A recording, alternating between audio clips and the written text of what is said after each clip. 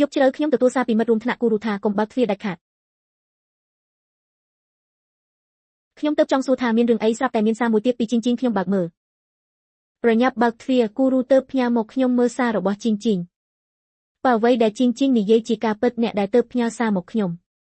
នោះតើជាអ្នកណាខ្ញុំប្រញាប់បើកប្រអប់ចេករបស់គូរូកុំបើកទ្វារដាច់ខាតមានសញ្ញាឧទានក្រហម3អាចមើលឃើញថាគាត់ផ្ញើសារនេះដោយភ័យខ្លាំងខ្ញុំស្ទាក់ស្ទើររួចវាសួរមានរឿងអីឥឡូវអ្នកណែណាគាត់ឆ្លើយមកភ្លាមឥឡូវប្រាប់មិនទាន់បានទេសរុបមកកុំបើកទ្វារដាច់ខាតខ្ញុំកំពុងត្រឡប់ទៅរងចាំខ្ញុំគូរូជាមិត្តរួមសាកលវិទ្យាល័យរបស់ខ្ញុំក្រោយបញ្ចប់ការសិក្សាយើងនៅតែតាក់ទងគ្នាយប់មិញគាត់នឹងមិត្តរួមថ្នាក់ម្នាក់ទៀតជីងមកផ្ទះខ្ញុំគូរូត្រឡប់ទៅតាំងពីសៀលតាមគួរតែពេលនេះគាត់គួរតែកំពុងជិះរថភ្លើងលបឿនលឿនខ្ញុំគិតដល់ចំណុចនេះរួចបើកការជែកជាមួយជីងតើរឿងគូរូដែលអ្នកនិយាយនោះជាយ៉ាងម៉េចអូយកុំសួរទៀតគូរូត្រូវឡានបុកស្លាប់បែកខ្ទេចអស់ហើយគួរឲ្យខ្លាចណាស់ហើយអ្នកនិយាយថាគូរូមិនមែនចុងនាងទេមិនមែនចុងនាងទេគឺមិត្តរួមសាកលវិទ្យាល័យរបស់យើងគូរូបើតាមសារមុនខ្ញុំក៏ស្ទើរតែគិតថាជីងមិនមែននិយាយពីគូរូទេបេះដូងខ្ញុំទៅស្ងប់បន្តិចព្រោះក្នុងមិត្តរួមសាកលវិទ្យាល័យយើងមានតែម្នាក់គត់ឈ្មោះគូរូមិនយូរប៉ុន្មាន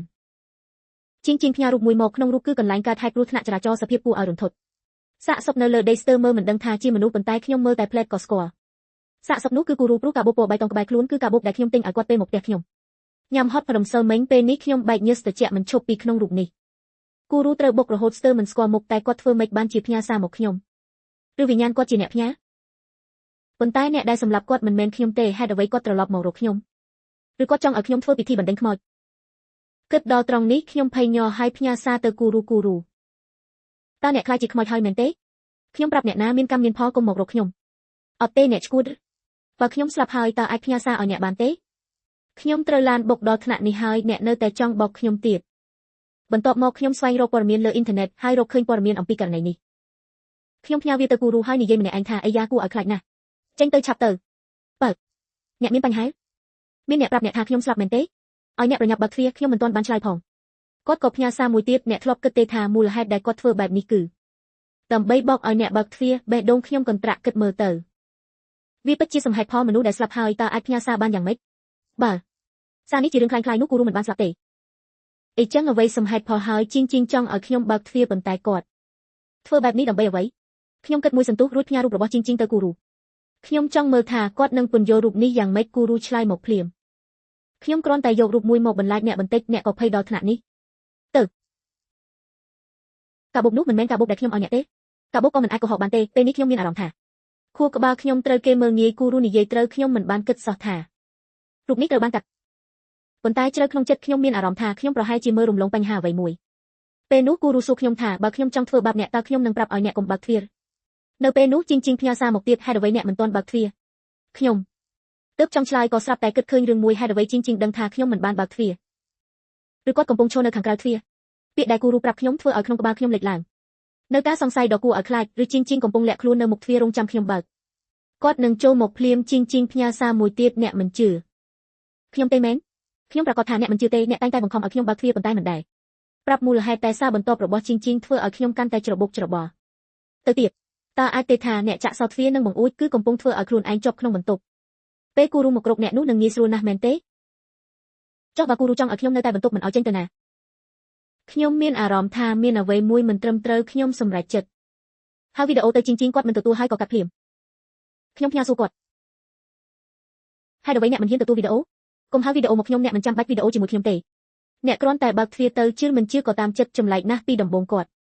់តែងតែបង្ខំឲ្យខ្ញុំបើកទ្វារហេតុអ្វីក្រោយខ្ញុំហៅវីដេអូទៅគាត់បែរជាផ្លាស់ប្ដូរអាកប្បកិរិយាគិតដល់ត្រង់នេះខ្ញុំភ្លាមមើលទៅទ្វារខាងក្រៅទ្វារមានអ្វីនៅទីនោះខ្ញុំខិតទៅចិត្តប្រហោងមើលទ្វារហើយសម្លឹងទៅខាងក្រៅអាប់ស្រអាប់មើលមិនឃើញអ្វីទាំងអស់គ្មានអ្វីសោះក្នុងចិត្តខ្ញុំចាប់ផ្ដើមសង្ស័យតើជីងកំពុងគិតអ្វីជីងផ្ញើសារមកទៀតអ្នកមិនជឿទេថាគូរូបានស្លាប់ហើយអ្នកមានភស្តុតាងទេប៉ុន្តែរូបមួយសន្លឹកខ្ញុំពិតជាពិបាកជឿអ្នកអាចសាកហៅទូរស័ព្ទទៅគាត់មើលមនុស្សស្លាប់មិនអាចនិយាយបានទេអ៊ីជីងនិយាយបែបនេះខ្ញុំក៏ហៅទៅគូរូភ្លាមលទ្ធផលគាត់មិនទទួលហើយកាត់ចោលឥឡូវខ្ញុំមិនស្រួលទទួលទូរស័ព្ទទេមានរឿងអីអ្នកចាក់សោទ្វារហើយឬខ្ញុំគិតថាបើនិយាយត្រង់ថាគាត់ជាខ្មោចប្រហែលមិនសមទេដូច្នេះខ្ញុំសម្រេចចិត្តសួរឲ្យច្បាស់ខ្ញុំចាក់សោហើយខ្ញុំកំពុងរៀបនឹងហៅទៅប្រាប់អ្នកបើចាក់សោហើយគឺល្អហើយសរុបមក ตาមានរឿងអីអ្នកមិនគួរកំពុងនៅលើរថភ្លើងល្បឿនលឿនទេហើយអ្វីតែងតែឲ្យខ្ញុំចាក់សោតទ្វារជីងមានរឿងអីគូរូមិនឆ្លើយសារឲ្យខ្ញុំរងចាំរហូតដល់ខ្ញុំក្រុងហៅគាត់ម្ដងទៀតទើបគាត់តាក់ទងមកឥឡូវពិបាកពន្យល់ឲ្យអ្នកយល់ណាស់អ្នកគ្រាន់តែដឹងថាជីងជាឧក្រិដ្ឋជនសម្លាប់មនុស្សក៏បានហើយខ្ញុំភ្ញាក់ផ្អើលជាខ្លាំងជីងដែលខ្ញុំស្គាល់មកយូរស្រាប់តែជាឧក្រិដ្ឋជនសម្លាប់មនុស្សព័ត៌មាននេះធ្វើឲ្យខ្ញុំភ្ញាក់ផ្អើលយ៉ាងខ្លាំងខ្ញុំភ្លាមសួរថាមានភស្តុតាងទេគូរូមិននិយាយច្រើនទេគាត់ផ្ញើដំណឹងព័ត៌មានមួយមកខ្ញុំចុចមើលវាជាព័ត៌មានអំពីករណីឃាតកម្មហើយប៉ូលីសបានកំណត់អត្តសញ្ញាណឃាតក៏ពិតហើយបង្ហោះរូបគាត់លើអ៊ីនធឺណិតខ្ញុំមើលផ្លែតនោះមិនមែនជីងទេខ្ញុំក៏ឃើញព័ត៌មាននេះពេលកំពុងជិះរថភ្លើងហើយអ្នកតែអ្នកមិនទទួលខ្ញុំក៏ចុះពីភ្លើងភ្លាមហើយជិះតាក់ស៊ីត្រឡប់មកខ្ញុំបានរាយការណ៍ទៅប៉ូលីសហើយមន្ត្រីប៉ូលីសជិតមកដល់ហើយអ្នកអត់ធ្មត់បន្តិចហើយកុំបើកទ្វារដាច់ខាតប្រហែល10នាទីទៀតខ្ញុំនឹងដល់អ្នកត្រូវតែរងចាំឲ្យបានពេលឃើញសារនេះខ្ញុំមានអារម្មណ៍កក់ក្ដៅបន្តិចគាត់ដឹងថាមានឃាតករប៉ុន្តែគាត់អាចនៅផ្ទះដោយសុវត្ថិភាពតែបែរជាប្រថុយជីវិតត្រឡប់មកជួយខ្ញុំគិតដល់ត្រង់នេះខ្ញុំឆ្លើយទៅគូរូបងស្រីល្អបើខ្ញុំអាចរស់ដល់ថ្ងៃស្អែកខ្ញុំប្រកាសជានឹងការពារអ្នកបន្ទាប់មកខ្ញុំជិះចាប់យំហើយបន្ទោសខ្លួនឯងថាខ្ញុំចោទគូរូខុសស្រាប់តែជីងផ្ញើសារមកអ្នកត្រូវគេបោកហើយមានន័យថាម៉េចខ្ញុំត្រូវគេបោកគាត់ចង់និយាយថាគូរូជាអ្នកបោកខ្ញុំប៉ុន្តែគាត់ដឹងមិនថាគូរូបោកខ្ញុំឬគាត់អាចមើលឃើញការជេររបស់ខ្ញុំបានគិតដល់ត្រង់នេះខ្ញុំបែរមើលជុំវិញបន្ទប់ក្នុងផ្ទះមានតែខ្ញុំម្នាក់តើគាត់អាចឃើញសារដែលខ្ញុំផ្ញើទៅគូរូបានយ៉ាងម៉េចនៅពេលនោះជីងក៏ផ្ញើមកទៀតកុំគិតច្រើនខ្ញុំឃើញអ្នកមិនបើកទ្វារយូរហើយខ្ញុំក៏ដឹងថាអ្នកត្រូវពាក្យកុហករបស់គូរូបោកហើយខ្ញុំមិនឆ្លើយជីងទេតែសួរត្រង់តើអ្នកដឹងថាខ្ញុំមិនបានបើកទ្វារដោយរបៀបណាខ្ញុំឃើញអ្នកចង់ឲ្យខ្ញុំទីទេថាឥឡូវអ្នកនៅណាហើយអ្វីអ្នកមិនចេញមកអ្នកមិនបាច់ខ្វល់ពីខ្ញុំទេខ្ញុំមិនចេញមកមានហេតុផលរបស់ខ្ញុំអ្នកគ្រាន់តែដឹងថាបើអ្នកមិនបើកទ្វារទៀតជីវិតអ្នកនឹងមិននៅទៀតទេអ្នកអាចមើលឃើញថាយើងមិនបើកទ្វារនោះមានន័យថាអ្នកនៅក្បែរនេះបើអ្នកចង់ឲ្យខ្ញុំបើកទ្វារតើអ្នកអាចដើរមកមុខទ្វារឲ្យខ្ញុំមើលអ្នកតាមប្រហោងបានទេខ្ញុំគិតថាសំណើនេះមិនលើហេតុផលទេគាត់ប្រហែលជាយល់ព្រមតែផ្ទុយពីការរំពឹងគាត់បដិសេធមិនបានទេហេតុអ្វីមិនបានបើអ្នកមិនធ្វើបែបនេះតើខ្ញុំជឿអ្នកយ៉ាងម៉េចមិនបានគឺមិនបានខ្ញុំមានហេតុផលរបស់ខ្ញុំប៉ុន្តែអ្នកត្រូវតែជឿខ្ញុំបើមិនដូច្នោះទេអ្នកនឹងស្លាប់អ្នកលាក់ខ្លួនដូចកណ្ដុរមិនហ៊ានចេញមកជួបគេតើឲ្យខ្ញុំជឿអ្នកយ៉ាងម៉េចម្យ៉ាងទៀតខ្ញុំមិនដឹងថាខាងក្រៅមានអ្វីទេខ្ញុំនៅលាក់ក្នុងបន្ទប់ច្បាស់ជាសុវត្ថិភាពពេលនោះខ្ញុំគិតឃើញវិធីមួយដើម្បីបង្ខំឲ្យគាត់ចេញមកបើអ្នកមិនចេញមកខ្ញុំនឹងហៅប៉ូលីសគាត់ផ្ញើសារមកភ្លាមកុំហៅប៉ូលីសអ្នកគិតថាប៉ូលីសនឹងមើលអ្នកយ៉ាងម៉េចអ្នកមានន័យថាម៉េចតើអ្នកមានហេតុផលអ្វីឲ្យខ្ញុំមិនហៅប៉ូលីសបើខ្ញុំហៅប៉ូលីសឬបើខ្ញុំទាមទារឲ្យអ្នកបើកទ្វារប៉ូលីសនឹងចាត់ទុកអ្នកជាជនសង្ស័យខ្ញុំមានអារម្មណ៍ថាគាត់និយាយក៏មានហេតុផលពិតមែនទោះគូរូនឹងជីងហៅមកខ្ញុំហើយទាមទារផ្ទុយគ្នាក៏ដោយប៉ុន្តែវាមិនអាចបញ្ជាក់អ្វីបានទេម្នាក់ឲ្យខ្ញុំចាក់សោទ្វារម្នាក់ទៀតឲ្យខ្ញុំបើកទ្វារទាំងពីរវិធីនេះមិនជួយអ្វីទេបើខ្ញុំពិតជាហៅប៉ូលីសពួកគេក៏អាចចាត់ខ្ញុំជាជនសង្ស័យហើយបិទរឿងទៅប៉ុន្តែហេតុអ្វីគូរូនឹងជីងចង់ឲ្យខ្ញុំធ្វើបែបនេះខ្ញុំគិតរហូតក៏នៅតែមិនយល់គិតដល់ត្រង់នេះខ្ញុំផ្ញើសារទៅគូរូម្ដងទៀតអ្នកពិតជាបានហៅប៉ូលីសមែនមិនអីចឹងតើខ្ញុំធ្វើម៉េចខ្ញុំចង់សួរត្រង់ថាហេតុអ្វីបានជាគាត់ហៅប៉ូលីសប៉ុន្តែគិតទៅវាហាក់ដូចជាខ្ញុំសង្ស័យពេកមិនដឹងហេតុអ្វីទេតាំងពីទូរសារដំបូងខ្ញុំមានអារម្មណ៍ថាខ្លួនឯងហាក់ដូចជាធ្លាប់ជួបរឿងដ៏គួរឲ្យខ្លាចមួយប៉ុន្តែខ្ញុំបែរជាចងចាំមិនបានវិចារញ្ញាណប្រាប់ខ្ញុំថារឿងនេះសំខាន់ខ្លាំងហើយពាក់ព័ន្ធនឹងជីវិតខ្ញុំពេលនោះគូរូផ្ញើសារមកទៀតជីងមករកអ្នកហើយឬនៅអ្នកដឹងប៉ុន្មានហើយដឹងអ្វីតើគាត់ដឹងពីការជេររបស់ខ្ញុំជាមួយជីងដោយរបៀបណាឬគាត់កំពុងសំដៅលើរឿងផ្សេងអ្វីមួយខ្ញុំគិតថាកុំបង្ហាញអ្វីឲ្យគាត់ដឹងខ្ញុំធ្វើជាមិនយល់ថាគាត់និយាយអ្វីហើយផ្ញើសញ្ញាសួរមួយអ្នកមានន័យថាម៉េចក្នុងចិត្តអ្នកដឹងច្បាស់ថាខ្ញុំនិយាយអ្វីខ្ញុំមិនដឹងថាអ្នកនិយាយអ្វីទេកុំធ្វើជាអាថ៌កំបាំងឬអ្នកលែងចាត់ខ្ញុំជាមិត្តហើយខ្ញុំប្រថុយជីវិតមកជួយអ្នកតែអ្នកនៅតែសង្ស័យខ្ញុំហើយថាខ្ញុំធ្វើជាអាថ៌កំបាំងតើអ្នកគិតយ៉ាងម៉េច